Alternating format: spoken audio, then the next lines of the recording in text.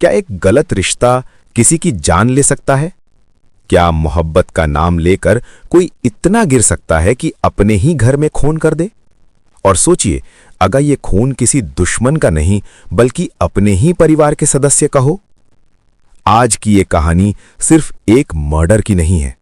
ये कहानी है एक खतरनाक रिश्ते की, एक शातिर प्लानिंग की और एक ऐसी गलती की जिसने सब कुछ बर्बाद कर दिया। ये कहानी है उत्तर प्रदेश के लखनऊ की, जहां एक ऐसा केस सामने आया जिसने हर किसी को अंदर तक हिला दिया। क्योंकि यहां एक 40 साल की महिला और उसका 20 साल का किरायादार, इन दोनों के बीच पिछले 4 सालों से एक अवैध संबंध चल रहा था। लेकिन यह रिश्ता सिर्फ आज का नहीं था।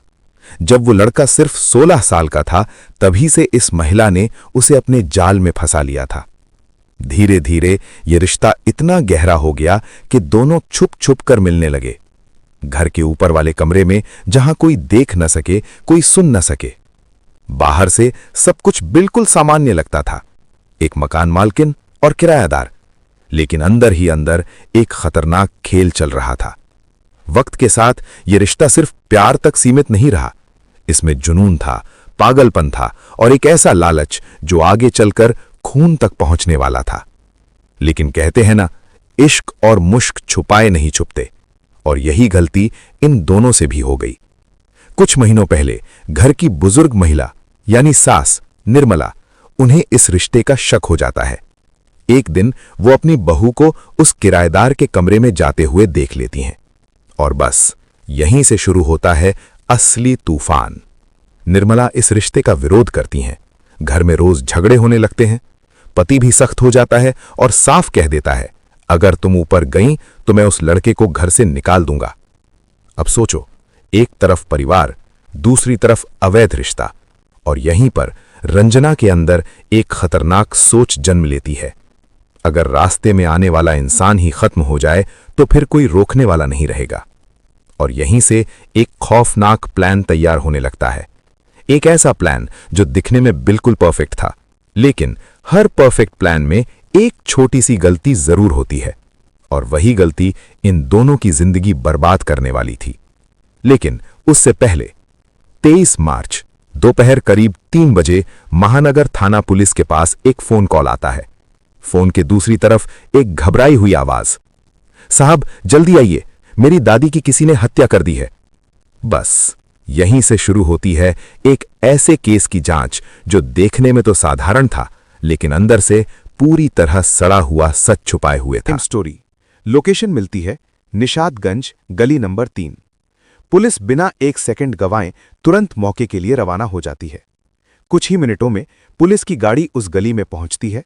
गली में हलचल थी, लोगों की भीड़ जमा हो चुकी थी, और घर के बाहर वही लड़का खड़ा था, चेहरे पर डर, आंखों में घबराहट। जैसे ही पुलिस अंदर जाती है, सीधे दूसरी मंजिल की ओर बढ़ती है, और फिर जो नजारा सामने आता है उसे देखकर हर कोई कुछ पल के लिए रुक जाता है।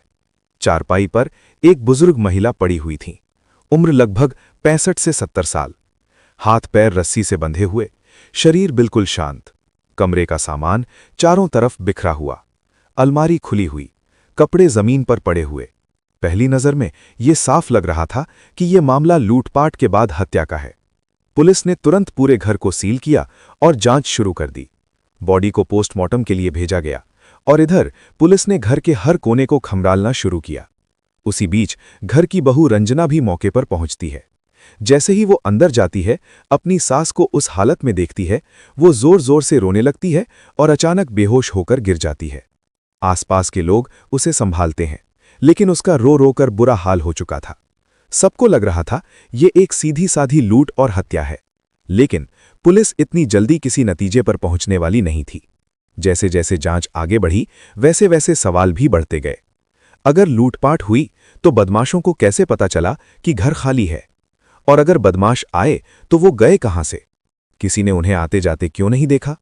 अब पुलिस ने घर के लोगों से पूछताछ शुरू की। लड़के ने बताया, मैं जब घर आया तो दादी इस हालत में मिली। मां बाजार गई थीं, पिता नौकरी पर थे, और घर में उस समय सिर्फ दादी और 2 साल की छोटी बच्ची थी। यानी घर पूरी तरह से आसान निशाना था। अब पुलिस को मामला थोड़ा साफ लगने लगा।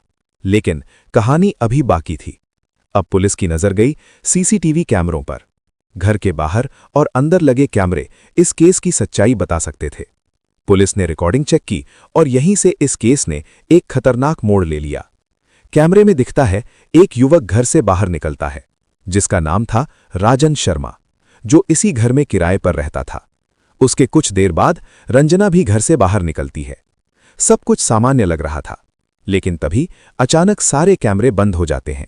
न कोई फुटेज, न कोई रिकॉर्डिंग, बस यहीं पर आकर सब कुछ रुक जाता है। और यही एक पल पूरी कहानी को बदल देता है। अब पुलिस के दिमाग में एक ही सवाल था, अगर ये लूट थी तो कैमरे क्यों बंद हुए, और अगर कैमरे बंद हुए तो किसने किए। धीरे धीरे एक शक जन्म लेने लगा, और ये शक सीधे जाकर ठहरता है घर के ही लोगों पर। लेकिन अभी ये सिर्फ शक था, सबूत नहीं, और पुलिस को चाहिए था एक पक्का सबूत जो इस पूरे खेल का पर्दाफाश कर सके। और यही एक पल पूरी कहानी को बदल देता है। अब पुलिस के दिमाग में एक ही सवाल था, अगर ये लूट थी तो कैमरे क्यों बंद हुए, और अगर कैमरे बंद हुए तो किसने किए।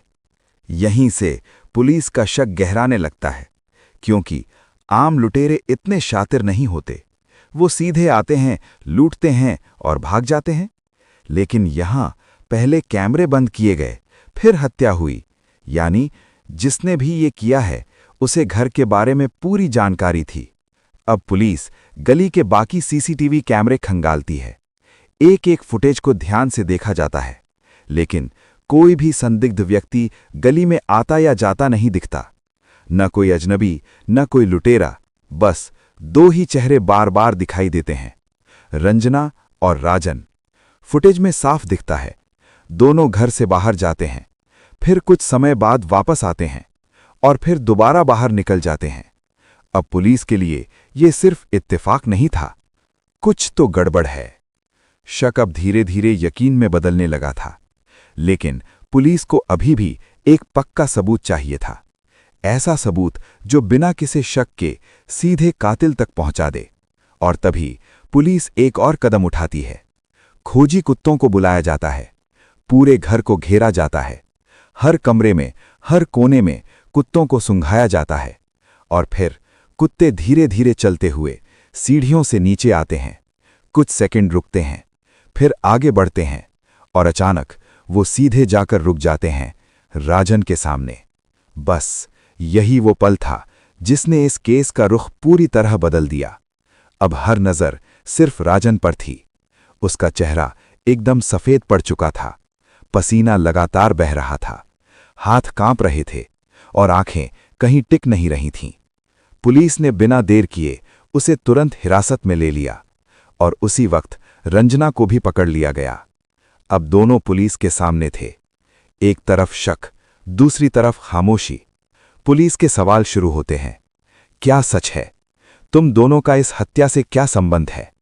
शुरुआत में दोनों ने खुद को बेगुनाह बताया, हर सवाल को घुमा दिया, लेकिन पुलिस जानती थी सच ज्यादा देर तक छुपता नहीं। जैसे जैसे पूछताछ सख्त होती गई, वैसे वैसे दोनों का आत्मविश्वास टूटने लगा। उनके जवाब बदलने लगे, बातें उलझने लगीं, और फिर वो पल आया जब दोनों की खामोशी टूट गई। पहले राजन ने नजरें झुका लीं, फिर रंजना रोने लगी, और आखिरकार दोनों ने अपना गुनाह कबूल कर लिया। लेकिन अभी कहानी खत्म नहीं हुई थी, क्योंकि असली झटका तो अब आने वाला था। आखिर क्यों किया ये कत्ल? कैसे बना ये खतरनाक प्लान? और जब ये सच सामने आया तो हर कोई हैरान रह गया। घर खाली था, पति नौकरी पर, बेटा काम पर, बेटी बाहर। घर में सिर्फ सास निर्मला और एक 2 साल की मासूम बच्ची। यही था सही मौका। रंजना घर से बाहर निकलती है, लेकिन वो दूर नहीं जाती। थोड़ी दूरी पर जाकर अपने फोन से सीसीटीवी कैमरे बंद कर देती है, क्योंकि कैमरों का कंट्रोल उसके फोन में था। अब सब कुछ प्लान के मुताबिक चल रहा था। वो वापस आती है और राजन को साथ लेकर घर में घुसती है। घर के अंदर सन्नाटा था, और फिर दोनों मिलकर निर्मला को पकड़ लेते हैं। उन्हें चारपाई से बांध दिया जाता है, बेरहमी से पीटा जाता है। निर्मला अपनी जान की भीख मांगती हैं, लेकिन उस वक्त ना कोई रिश्ते दिखे, ना कोई इंसानियत। आखिर में रंजना अपने हाथों से गला दबाती है और राजन लगातार वार करता है और कुछ ही पलों में एक जिंदगी खत्म हो जाती है। इसके बाद दोनों मिलकर घर का सामान बिखेर देते हैं ताकि मामला लूटपाट लगे और फिर ऐसे बाहर निकल जाते हैं जैसे कुछ हुआ ही ना हो। सब कुछ परफेक्ट था, लेकिन एक छोटी सी गलती, कैमरों को बंद करना, यही गलती उनकी बर्बादी का कारण बन गई। पुलिस को शक हुआ, कुत्तों ने रास्ता दिखाया और सच सामने आ गया। आज दोनों सलाखों के पीछे हैं।